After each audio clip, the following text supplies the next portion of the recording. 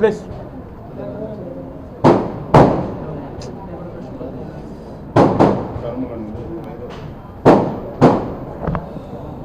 ఆ భోజనం కూడా యాక్చువల్గా ఇస్కాన్ వాళ్ళకి ఇచ్చాం. ఇస్కాన్ అనేది ఒక చారిటబుల్ ట్రస్ట్. వాళ్ళు లాభాలు చూసుకోకుండా చేస్తారు. వాళ్ళతో కూర్చొని డిస్కస్ చేసి 73 రూపాయలు పర్ డే 3 పూటలకి వాళ్ళకి 73 రూపాయలు ఇచ్చేటట్టుగా, పేదలు నిరుపేదలు 3 పూటలు తిన్నా 15 రూపాయలు వస్తుంది. మిగతా 68 రూపాయలు, మిగతా డబ్బులు కంప్లీట్గా 58 రూపాయలు రాష్ట్ర ప్రభుత్వం సబ్సిడీ చేసేట్టుగా ఆ రోజు ప్లాన్ చేసి,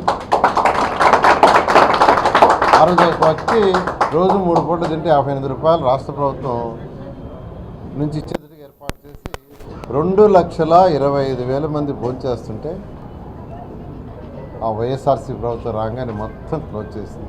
అది నిజంగా దారుణం. నేను యాక్చువల్గా మా ముఖ్యమంత్రి నారా చంద్రబాబు నాయుడు గారు ఆ రోజు నాకు ఈ పోర్ట్ఫోలియో ఇచ్చి అన్నా క్యాంటీన్స్ని స్టార్ట్ చేయమంటే ఫస్ట్ చెన్నై పోయాను. చెన్నై పోయి అమ్మా క్యాంటీన్ స్టడీ చేసి అక్కడ భోంచేసి అధికారులతో మాట్లాడొచ్చా. కర్ణాటక పోయా, ఇందిరా క్యాంటీన్ స్టడీ చేసి అక్కడ భోంచేసి వచ్చాను. ఇతర రాష్ట్రాలకు కొన్ని స్టడీ చేసి అధికారులను పంపించా, ఇండియా అంతా పంపించా. ఉన్న వాటిల్లో కంటే బెస్ట్గా చేయాలనే ఉద్దేశంతో. ఎందుకంటే ఆ రోజు ముఖ్యమంత్రిగా ఉన్న నారా చంద్రబాబు నాయుడు చెప్పారు, నారాయణ పేదలు నిరుపేదలు తినే ఫుడ్ బాగా ఉండాలి ఒకటి, రెండోది వాళ్ళు తినే ఎన్విరాన్మెంట్ చక్కగా ఉండాలి, రెండు చెప్పారు. దాంతో ఇలా చక్కగా బిల్డింగ్లు కట్టాం. ఇలా బిల్డింగ్స్ చక్కగా, ఈ బిల్డింగ్స్ అన్నీ కంప్లీట్గా 2 monthsలో కట్టాం. అవి కూడా పెద్ద పెద్ద కంపెనీలకు ఇచ్చాం. స్టార్ట్ చేసి అవన్నీ క్లోజ్ చేశారు.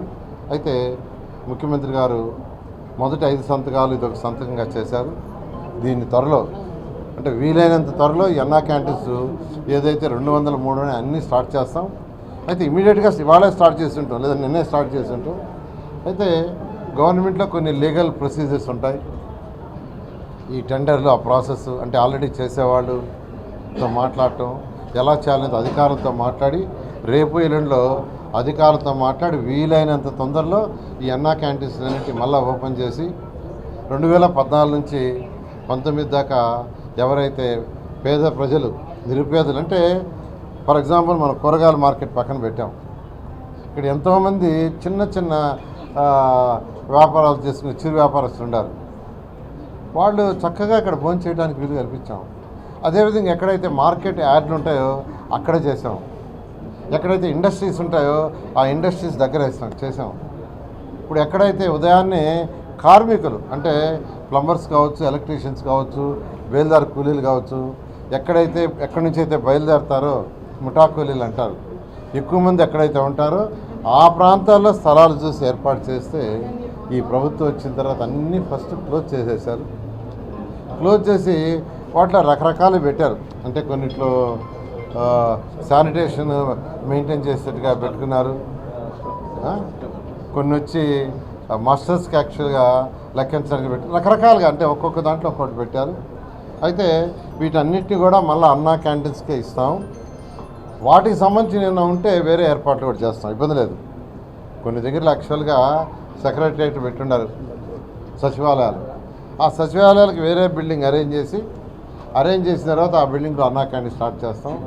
అదేవిధంగా ఏదైనా ప్రభుత్వమే, ఇప్పుడు సచివాలయం ప్రభుత్వమే, లేదా శానిటేషన్ బస్తాలు వేసినా ఏది చేసినా అది ప్రభుత్వానికి సంబంధించిందే. కాబట్టి ఆ డిపార్ట్మెంట్లు ఇబ్బంది పడకుండా వాళ్ళకి ఆల్టర్నేట్ చూసి వీలైనంత తొందరలో, ఎంత తొందరలో లీగల్ ఇష్యూస్ అన్ని చూసుకొని ఇమీడియట్గా స్టార్ట్ చేసి పేదలు నిరుపేదలకి చక్కగా ఆ 5 రూపాయలకే చక్కటి భోజనం అరేంజ్ చేయడం జరుగుతుంది. వాటిని కూడా అంటే ఇప్పుడు యాక్చువల్గా ఏసీవీ బస్ స్టాపులు కావచ్చు, బస్ స్టాండ్లు కావచ్చు, మిగతా ఏదైనా ఇప్పుడు under ground drainage, drinking water వాళ్ళ అధికారుల గురించి మాట్లాడాను. దాంట్లో లీగల్ ఇష్యూస్ అంటే ఆల్రెడీ కాంట్రాక్టర్స్ డిస్కనెక్ట్ అయిపోయారా, కంటిన్యూషన్ ఉందో చూడాలా, ఇవన్నీ స్టడీ చేయడానికి ఖచ్చితంగా మాకు ఒక 10 రోజుల నుంచి 15 రోజులు పడుతుంది. ఈ 15 రోజుల్లో స్టడీ చేసిన తర్వాత ఆ తర్వాత ఎన్ని రోజుల్లో ఎక్కడ చేయబోయేది కూడా ప్రజలకు చక్కగా మీడియా ద్వారా వివరిస్తాం. టెంటేటివ్గా ఏ డేట్ కంప్లీట్ చేస్తామని చేసి ముందుకు పోవడం జరుగుతుంది. ఒక టైం బౌండెడ్గా అన్నీ ముందుకు పోవడం జరుగుతుంది. ఓకే.